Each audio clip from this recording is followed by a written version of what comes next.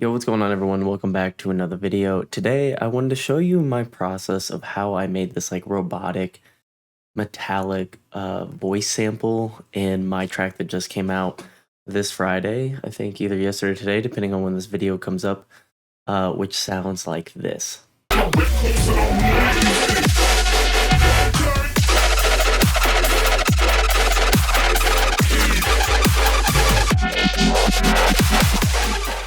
Okay, so before we dive into this sound, I do want to make two announcements. First of all, I did make a sample pack out of everything in this track. Not of everything, but a lot of things. You know, we have some synths, a lot of bass shots, some vocal one shots, a lot of cool stuff that it can be useful in your production for free.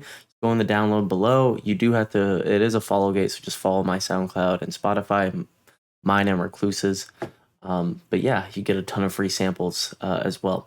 Second thing, which I'll pop up on the screen here, is Recluse is doing this really cool thing on his website where if you donate to any of these organizations or any like it that fit the same cause, he will send you the whole EP for free. That's if you donate any amount, you will receive the full EP for free, all 3 tracks, including ours. So I thought that was really cool, and I definitely wanted to share that as well. But now let's get into how I made this vocal rack. So first off, let me show you. Like you heard in the intro, you already know how it sounds. This is a second turnaround without the last tag, but I just want to show you it's versatile. So it's very, do I have my speakers on? I'm so sorry about that feedback. It's very metallic, right? And I want to show you what it sounds like beforehand. So before I show you this, I want to let you know this is an older project file. I can't seem to find our final anywhere, which you didn't know Recluse used to be Benzos, and this part right here says Benzos in it. So out of respect, Recluse, I'm not, so it's going to sound a little jacked up. It should say, I got the Recluse and I'm wasted, and this is what it sounds like. Maybe we can even pull a little more. And let me show you what it sounds like without it, because it's very different. Yeah, I got the Wheysted. Very different. And I want to let you know if you're going to copy the parameters or if you're following along to copy, I'll let you know what's subjective. Like you're going to have to change a few things because this works only specifically with the tonality of J Gray. Like if I bring in vocal sample, Make it drop. right, like this, it's going to probably sound very terrible. I'm going to turn it down. Make it drop. It's actually kind of cool. But for the most part, Make it drop. Let it drop. maybe. Let it drop. Okay, well, it's kind of cool. Okay, usually it doesn't work with like a normal voice. Like it comes out very different.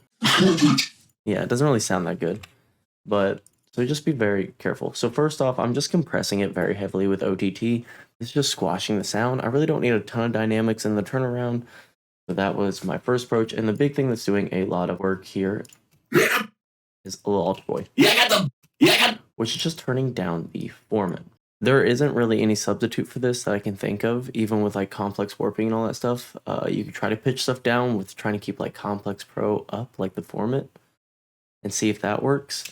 But there is really no replacement for this one, so I think you do need to have a little altar boy, at least the way I made it. And I'm just messing with the format, bringing it down, which gives it that deeper voice.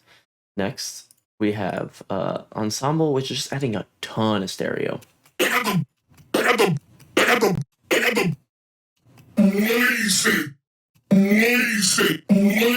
And this is just a ton of voicing at 100%. Like I really wanted it very wide.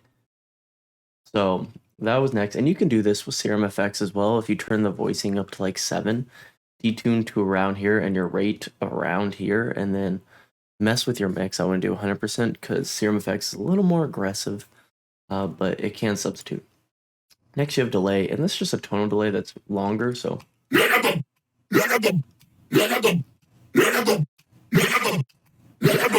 you kind of get the point of what it's doing. It's just adding a tonal delay. It's really emphasizing his words, and that, like, since he says in like not a mono, but it's very close grouping, that it works very nice.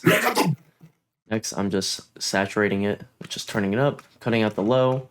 At the end, I'm limiting it because it is peaking a little bit.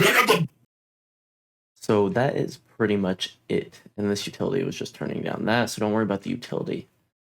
And that is how I made this really cool vocal rack.